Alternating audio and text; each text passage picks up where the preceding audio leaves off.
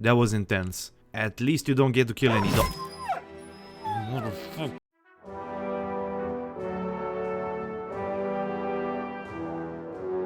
What if I told you there is a game that combines the tactical combat of XCOM with Mount & Blade's exploration and management elements and Darkest Dungeon's RNG bullshit? If that sounds appealing to you, boy, do I have the perfect game for you. If not, you can just no, please stay. I was just joking. Come on. Come on. Anyway, the game that I'm talking about is Battle Brothers. It's a tactical RPG / management sim developed by a small German studio where you take control of a mercenary company after your leader is conveniently killed in the tutorial mission.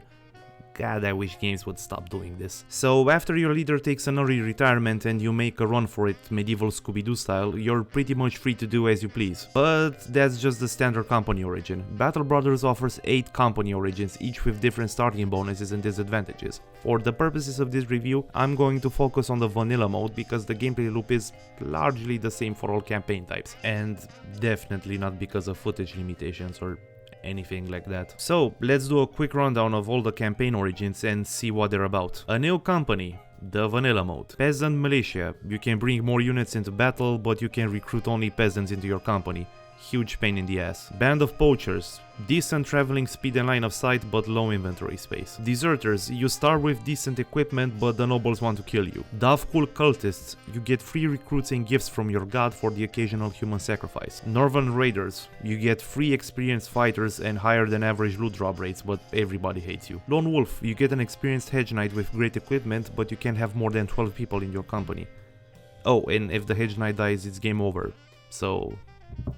Alright, after deciding on a company origin, you get to choose a company name, a banner, and one of 3 late game crises. All crises will happen during the course of a campaign. Here you just get to choose which one of them will happen first. Oh, and if you want to see the world go down in flames, you can turn permanent destruction on, but don't do that. Trust me, it's not very good. After this, you get to fiddle with the starting conditions. If you're new to the game, I recommend setting economic difficulty to beginner, combat difficulty on expert, and selecting high starting funds. It's the most balanced starting setup. Setting combat difficulty on expert is a good incentive to learn how the combat system works. High starting funds and beginner economic difficulty means that you won't have to grind as much for decent early to mid-game equipment. Oh, and don't be a fucking hero and turn Iron Man mode, even if you've played other similar games. Battle Brothers is brutally difficult, even they admit it. With that out of the way, let's talk about the actual game.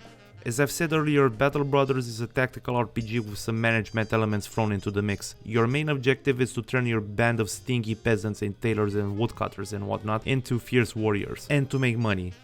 Lots of money. In fact, as CEO of the merry band of cutthroat mercenaries or whatever, that will be your main concern over the course of your adventures. Not mingling with the nobility, not seeking lands and power, money. Because without money, you won't be able to pay, feed, clothe, treat and equip your men. And without men, there is no mercenary company to speak of. Remember, you're no hero. You're running a business. And because you're running a business, there's really nothing stopping you from kicking out mercs when they're affecting the company's bottom line. As CEO and HR of the merc company, you get to decide who stays on the bus or who should switch to another line of work. Like, for example, if a well-paid merc gets a permanent injury that lowers their combat effectiveness, or if he becomes a drunk. It's like being employed by a real company, but you actually get the opportunity to fucking die. Money management is tied directly into the gameplay loop. You go to a settlement where you accept one of a number of available contracts, you leave to accomplish your task, and you return to get your reward. But of course it's not that simple, right? So let's take a step back for now, we'll get back to this a little later. So before we discuss the gameplay, let me clarify that I'm in no way an expert in Battle Brothers. I will not go too much into detail because there are tons of better guides out there, but to give you an idea regarding what this game is about, here are a few things I've learned in my 100+ hours spent with this game. Here it goes, in no particular order. Focus on recruits with a farmhand background in the early game, they're cheaper in the long run. Don't pick up the 9 lives perk. No, really, it's fucking useless. Don't fall into the spear trap. Spears are very useful in the early game, but they ain't worth shit against heavily armored enemies later on. Don't buy weapons and armor from shops unless it's an emergency. I know, it sounds counterintuitive. We'll get back to this in a little bit. Specialize your mercs in more than one weapon type. Don't attack enemy camps unless you're very, and I mean very, confident that you'll win. Specialize a couple of free mercs in two-handed weapons. They're great for breaking armor. Use daggers to kill elite enemies like bandit leaders and lords. Just trust me on this one. Don't bring ranged weapons to an undead fight.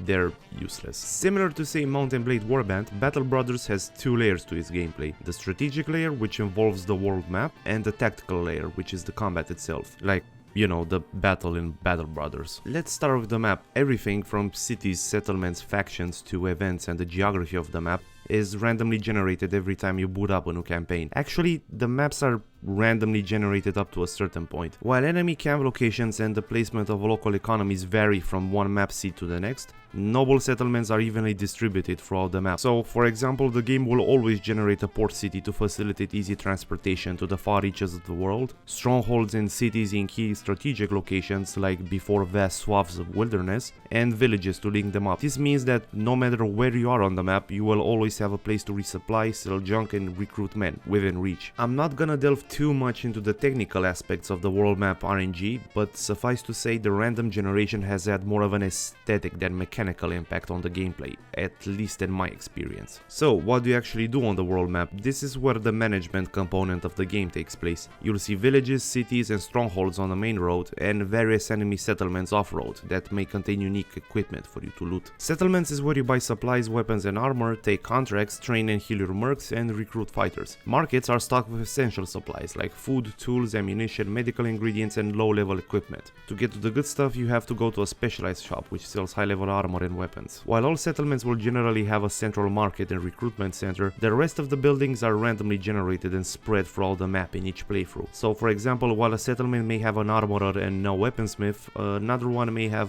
both or just a fletcher. The same goes for temples, taverns and other buildings. The buildings are physically marked on the map so you can see from a glance what the settlement has to offer. This village for instance has a mine, which means that they sell gems which you can buy and sell elsewhere for a profit. Even simpler, you can hover your mouse over the settlement and get a list of its buildings. It's an intuitive system that will save you a lot of time in the long run. You also recruit people in settlements. Villages are usually populated by cheap starter level recruits that you'll have to train and equip from scratch. Cities and strongholds on the other hand are packed with higher level recruits that come with decent armor and weapons right from the get-go. Recruits have backgrounds which determine their story, starting attributes, equipment and traits. Backgrounds also open up specific events and dialogue choices. Of course, not all backgrounds are created equal, but it all depends on what you're looking for. If you want to experience as much of the lore as possible or roleplay, there are plenty of backgrounds with interesting stories. For min-maxing, I suggest looking up a guide or a tier list of the backgrounds. Unit stats are pretty straightforward and similar to what you see in other RPGs, and they directly influence a merc's combat effectiveness. The little stars that you see next to some attributes denote the unit's talents. To put it simply, they increase the additional attribute points available on level up. Talents are randomly assigned and have no connection to traits and backgrounds. There is also an elaborate perk system to play around with. You're pretty much free to build your mercs however you want, as the perk system is accommodating both to min-maxers and those who don't want to bother too much with it. From my experience with the game, the risk of building gimpy characters is almost non-existent. Perks are more auxiliary than anything else, so you can easily bounce back from a shitty build with smart weapon and armor choice. And you know what else will bounce? Your fucking credit card after trying to buy something in one of the shops. You'd better brush up on your accounting skills, because apparently the world of Battle Brothers is in the midst of a never-ending economic wasteland plagued by hyperinflation. Everything costs a lot in this game, from armor, weapons to the most basic supplies. Okay, that's not entirely fair to the game, I admit. The economy in Battle Brothers is built around the simple concept of supply and demand, so if you say raid a caravan before it reaches its destination, prices will go over the roof. That's why you have to be very careful where you do your shopping, because you can end up paying triple the normal price for a loaf of bread. Remember when I said it's not a good idea to buy equipment from shops but an emergency? Now you have the reason. Since a simple armor piece can cost more than my fucking rent, you're better off looting equipment from enemies. Building friendly relationships with settlements will net you better prices for products, so it's in your best interest to fulfill contracts and not haggle for better payment whenever possible. Speaking of which, contracts will be your main source of income and reputation in Battle Brothers. Fulfilling contracts nets you money and renown, and gaining enough renown will unlock harder and better paid contracts from noble houses. Mission objectives range from escorting caravans, recovering precious objects, raiding enemy camps, to cargo transport, hunting monsters and VIP escort. Yeah, mission variety could use some tinkering, but I hope they'll improve this aspect in the upcoming expansion. But the tactical management layer is just a prelude to the real meat of the game, the combat. Battle Brothers is a turn-based combat game which uses a hex-based layout. You're limited to having only 12 mercenaries on the battlefield at a time, while the enemy, well, let's just say the enemy doesn't have that limit. If you're not paying attention to the world map or pick up a contract that is slightly above your pay grade, your company can turn from a promising startup in the competitive mercenary industry into a, well, nothing, because all of your men will be either dead or crippled for life. This is why internalizing the countless tiny intricacies of the combat system is very important. That is, if you want to enjoy a campaign longer than 15 in-game days. Combat order is based on an initiative system, with the character of the highest initiative starting first in the battle round. Initiative is lowered when a character builds up fatigue or has a penalty to max fatigue due to armor, weapons and other effects, say battlefield injuries. To perform actions like moving, striking and using consumables and skills, characters spend action points and fatigue points, which are refreshed at the start of every battle round. The AP and fatigue cost of said actions can vary depending on terrain and elevation. For example, traversing swampy land costs more AP and fatigue than moving on flat terrain. Battle Brothers also has a Darkest Dungeon-esque morale system. When morale falls under a certain threshold, the game initiates an automatic resolve check. If the unit fails the check, players lose control over it and it flees combat. Hey, are you still with me?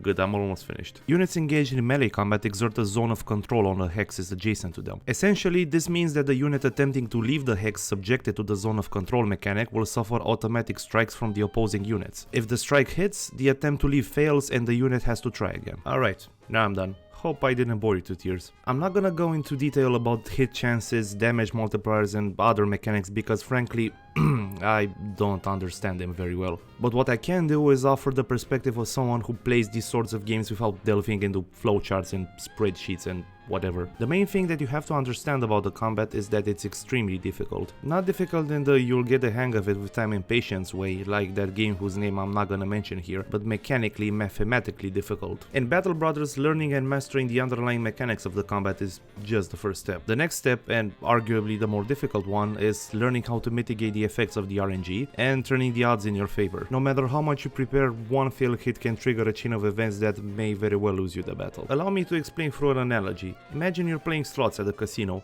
You know that certain symbol combinations net you better rewards, and your success depends more or less on your risk assessment skills. That's what slot machines are about after all. Now, imagine stumbling into the casino pissed drunk with an ankle sprained after an impromptu fight in the parking lot over who is the hotter anime babe between, I don't know, Betty Draper and Scoot McNairy. You go to the slot machine and start mashing the buttons, hoping to score enough money to buy and ship a life-sized cardboard cutout of Scoot McNairy to that fucking doofus who is just intellectually incapable of comprehending Scoot's inherent anime hotness and Halt and Catch Fire, just to spite him. So, you're in the heat of the moment, you're seething with anger, you're in pain. Odds, they don't mean anything to you. And as you're about to strike a winning combination, the manager comes and tells you that the guy you just got into a fight with was in fact Scoot McNairy, but you were too drunk to notice and he kicks you out of the casino. No money for you.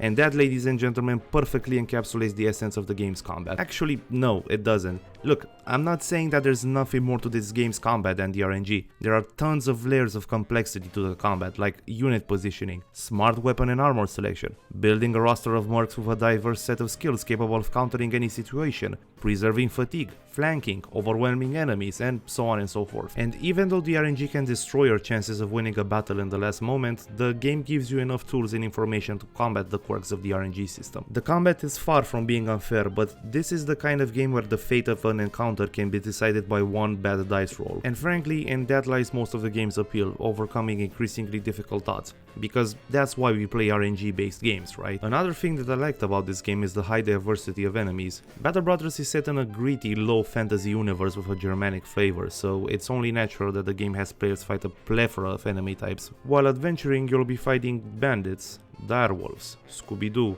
orcs, necrosavants,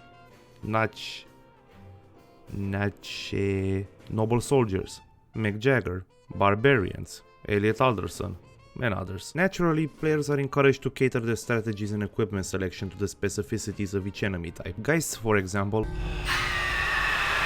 Okay, shut up for a second. So, as I was saying... I hate them. The thing about them is that they drain morale gradually, so it's a good idea to bring along bannermen and units with rallying abilities. These motherfuckers inflict insane bleeding effects, so you'd better have a few bandages on stock, just in case you encounter them. What else? Well, the visuals may be a mixed bag for some people. Specifically, I'm talking about the character design. You may have noticed that units look a lot like chess pieces and have minimal animation. There is a practical reason behind this decision. Being a small studio, instead of fully animating the units like they initially intended, they decided to take this approach to save up time. And frankly, I'm glad they chose this minimalistic style over fully animating the units. In tactical games such as Battle Brothers, displaying vital information in a clean and intuitive fashion is vital. You can see from a glance who you are facing and what equipment they sport, so you can adapt your strategy accordingly. The visual style is a grower for sure, and don't get yourself fooled by the cute and caricature design. Battle Brothers is surprisingly gory. Units get gutted, smashed, cut, clubbed, decapitated. Well, you get the drill. If there's one thing that the minimalistic design pulls off perfectly, it's displaying the violence and physicality of medieval battles in their gory beauty. So that will be my review of Battle Brothers. I know that this review comes at a weird time, especially for a huge DLC, actually the biggest one to date on the horizon, but in spite of its merits, Battle Brothers is still pretty underrated all things considered. The next expansion, DLC, whatever you want to call it, will add some pretty cool stuff like an alchemist, additional enemy types, new backgrounds, new campaign origins, and an entire new area. I'm really excited to see how it will expand on the gameplay and, develop the Battle Brothers lore and universe. Anyway, thanks for watching, and if you like this video, make sure to hit the like button and subscribe to my channel. I don't know what the next video will be about, but I'll probably shoot a tweet when I'll make up my mind, so you can follow me there, I guess. Bye!